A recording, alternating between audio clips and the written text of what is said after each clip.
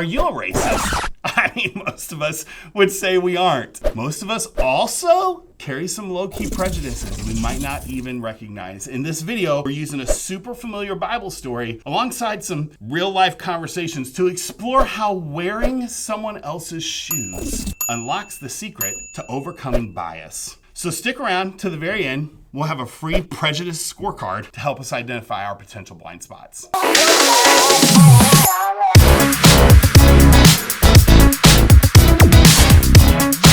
Sometimes we like to skirt or avoid issues that feel tough to talk about. Maybe we even especially do this when we don't see good answers or the way forward seems kind of murky. We treat those ideas like elephants. Have you heard that expression? The idea is there's an elephant in the room, but no one's talking about it. We just act like it's not there, or it's so uncomfortable we don't talk about it, or often don't talk about it deeply enough. Racism can sometimes be the elephant in the room. Not too long ago, I lived in a city that had racial tension on full display. In my mind, I thought, I have a lot of colorful, diverse friends, and I don't understand what I'm seeing here. I need to learn more. So I decided to schedule a little conversation with them. I wanted to understand what their experiences had been. I wanted to lean into a subject I knew I could never really understand in the way that they did. And as I listened to each of them talk, all various backgrounds and ethnicities, one thing became very clear to me. Racism does exist.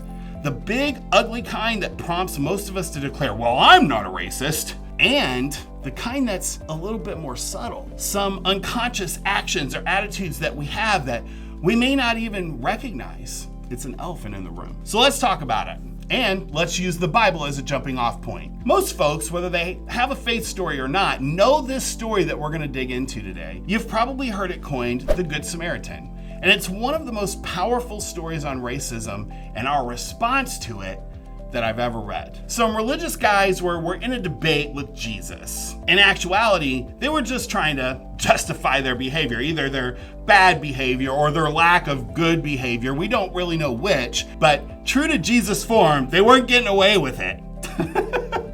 Luke chapter 10, starting in verse 30, we see a story that Jesus told these fellas to help them realize that to understand someone different than you, it probably starts with empathy and compassion for a story you don't fully understand. So Jesus replied with a story. A Jewish man was traveling from Jerusalem down to Jericho, and he was attacked by bandits. They stripped him of his clothes, beat him up, and left him half dead beside the road. By chance, a priest came along, but when he saw the man lying there, he crossed to the other side. Crossed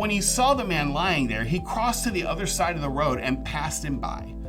A temple assistant walked over and he looked at him lying there, but he also passed by on the other side. Then a despised Samaritan came along, and when he saw the man, he felt compassion for him. Going over to him, the Samaritan soothed his wounds with olive oil and wine and bandaged them. Then he put the man on his own donkey and took him to an inn where he took care of him. The next day, he handed the innkeeper 2 silver coins, telling him, hey, take care of this man. If his bill runs higher than this, I'll be back the next time I'm here. Now, which of these 3 would you say was a neighbor to the man who was attacked by bandits? Jesus said. The man replied, well, the one who showed him mercy. Then Jesus said, yes, now go and do the same. Now, first, to really get this story, we have to understand the players here. The first 3 guys to make the story are Jews.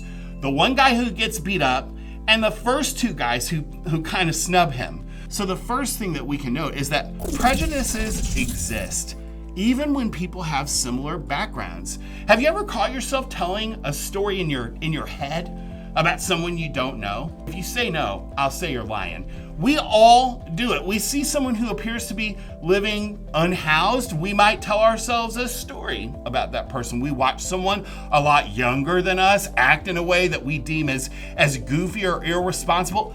We all tell ourselves a story. Sometimes prejudices can be built on an experience, but often they're built on conjecture. My friend Tania, who's Black, told me a story about a time when she went into Target. She pulled out a cart, she started down the aisle, and a lady near her in the aisle looked at her and then picked up her purse and tucked it under her arm. That lady was telling herself a story about Tania. She didn't know Tania, and she may or may not have made that call based on Tania's skin color. Regardless, she had some kind of prejudice. She needed to rewire her thoughts. The priest and the temple worker had a prejudice against the guy who got beat up. They told themselves a story about that guy. They didn't even think about giving him the benefit of the doubt. Overcoming racism with empathy begins with telling ourselves a new story, or no story at all. Every person we meet, every single one, is made in the image of God. Check out Genesis 1:27. That should be the first story that we tell ourselves about every person we meet. Now, let's go back to our beat up buddy. Who stopped for him? A Samaritan. And why is that remarkable? The tension between Jews and Samaritans was intense. Their differences were immense. The Samaritans were a mixed race which Jews could not stand, and they made no secret about that. So this guy who stopped along the road would have known that. He would have known that the Jewish man, even in his moment of dire need, would have had a story rolling in his head about the one who was stopping to help him. And it's a good bet that the Samaritan had some stories of his own running through his own head. But when he saw the man hurting, the Bible says he had compassion on him. See, the Samaritan didn't just change the story in his head. Then he replaced that story with compassion, with mercy, with empathy.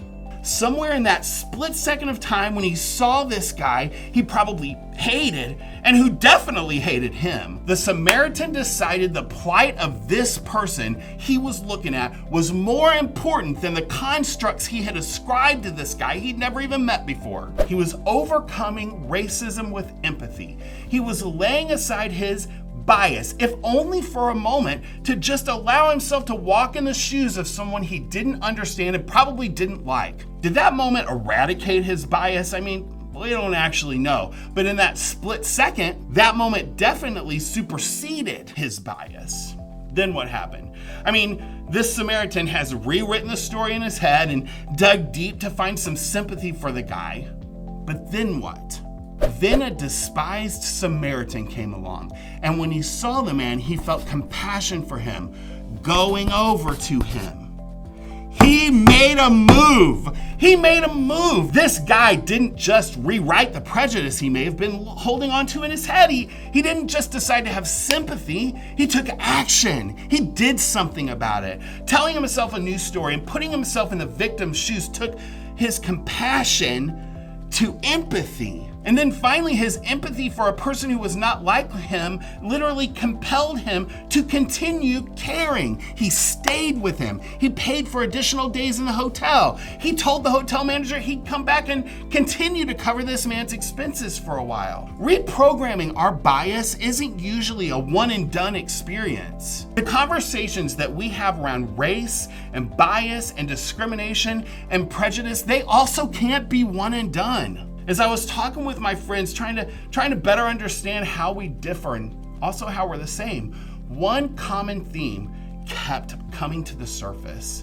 Please let this conversation continue. That's what they said. Be like the Samaritan man. He didn't just go over and help the guy up. He walked with him to the inn. He stayed there and took care of him. He was willing to come back later and pick up where he left off. Jesus reminded everyone listening to this story that the one who showed mercy was the one who got it right. Racism, prejudice, all our biases and preconceived notions and the stories we tell ourselves, they die in the face of mercy. They die when we're empathetic to people we don't understand. We overcome racism with empathy. Now go and do likewise. Thanks for being part of this important conversation. Links to the conversation I referenced in this talk are in the description. You can grab the free resource we mentioned to help gauge your own bias at crosscreekchurch.com.